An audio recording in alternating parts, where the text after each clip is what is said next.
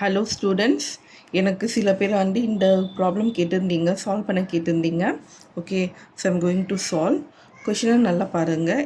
Evaluate integral 3x + 2 the whole divided by 3x square plus 4x plus 7 the whole cube into dx கொடுத்துருக்காங்க. Okay, so இந்த மாதிரி ஒரு some கொடுக்குறாங்கன்னா அப்போ நம்ம என்ன பண்ணலான்னா இன்டெக்ரேஷனில் இது எந்த மெத்தடில் வருதுன்னு பார்க்கணும். ஓகே, ஸோ இப்போ இங்கே டினாமினேட்டர் பாருங்கள், சம்திங் த ஹோல் க்யூப்னு இருக்குது. ஸோ இந்த வேல்யூ த ஹோல் க்யூப் கண்டுபிடிச்சு அதுக்கப்புறம் நியூமரேட்டரை டிவைட் பண்ணி இன்டெகிரேட் பண்ணுறது ரொம்ப ரொம்ப கஷ்டம்.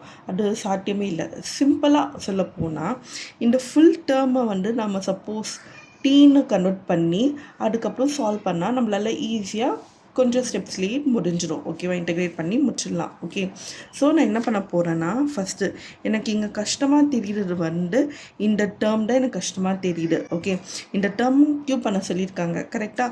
ஸோ எனக்கு இந்த டேர்ம் தான் எனக்கு ரொம்ப கஷ்டமாக ஃபீல் ஆகுது. ஸோ நான் என்ன பண்ண போகிறேன்னா இந்த ப்ராக்கெட்குள்ளே இந்த டேர்ம் வந்துன்னா டி அப்படின்னு அஸ்யூம் பண்ணிப்பேன். So this is let I'm assume 3x square plus 4x plus 7 equal to t assume பண்ணிக்கிறேன். ஓகே, இப்போ இந்த டேர்ம் வந்து டிஃப்ரென்ஷியேட் பண்ணுங்கள் with respect to X.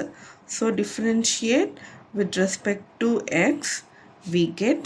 So இந்த டேர்ம் இப்போ நம்ம டிஃப்ரென்ஷியேட் பண்ணால் 3x ஸ்கொயரை டிஃப்ரென்ஷியேட் பண்ணால் 6x அப்படின்னு வரும். ப்ளஸ் 4xை டிஃப்ரென்ஷியேட் பண்ணால் 4, 7ஐ டிஃப்ரென்ஷியேட் பண்ணால் 0 ஈக்குவல் டு டியை டிஃப்ரென்ஷியேட் பண்ணால் dt by dx. ஏன்னா நம்ம வந்து இந்த differentiation with respect to X பண்ணுறோம். அப்போது டியை டிஃப்ரென்ஷியேட் பண்ணும்போது dt by dxன்னு வரும். ஓகே, அடுத்தது இந்த dx இந்த சைட் கொண்டு வரும்போது this is 6x plus 4 into dx equal to dt அப்படின்னு சொல்லலாம். ஓகே, இப்போ இந்த டேர்மில் வந்து காமனாக வந்து 2 காமனாக இருக்குது. ஸோ இந்த 6ம் 2 டேபிள்ஸில் போகும், 4ம் 2 டேபிள்ஸில் போகும். ஸோ 2 காமனாக வெளியில் எடுத்தால் நம்மளுக்கு வந்து இங்கே 3x plus 2 கிடைக்கும். So 3x plus 2 into dx equal to dtன்னு வரும். ஓகேவா, அப்போது 3x plus 2 into dx உடைய வேல்யூ என்னவாக இருக்கும்? that will be dt divided by 2. Okay, இப்போ கொஷினை எடுத்துக்கோங்க. கொஷின் கொடுத்தது வந்து integral 3x plus 2 divided by 3x square plus 4x plus 7 the whole cube into dx. இதுதான் ப்ராப்ளம் கொடுத்துருக்காங்க. So this is equal to integral. இப்போ ஃபஸ்ட்டு இந்த term denominator term பார்த்துக்கோங்க. இந்த டினாமினேட்டர் இந்த டேர்மு தானே நம்ம டீன் எடுத்தோம் ஸ்டார்டிங்கில். பாருங்கள், 3x square plus 4x plus 7 equal to டீன்னு போட்டோம்ல. அப்போது இந்த டினாமினேட்டர் வந்து டி தானே, அப்போது டி க்யூப்னு சொல்லலாமா? So 1/t cube. இது டிவிஷனில் இருக்குது. ஸோ இந்த ஃபுல் டேர்மே டி, அப்போது t cube. So 1/t cube எழுதிட்டேன். பேலன்ஸ் என்ன இருக்குது? 3x plus 2 into dx இருக்குது. 3x plus 2 into dx உடைய வேல்யூ இங்கே நம்ம கண்டுபிடிச்சிருக்கோம் dt by 2ன்னு. So this is dt by 2. அப்போது நம்ம இங்கே சப்ஸ்டிடியூஷன் மெத்தடில் என்ன பண்ணியிருக்கோம்?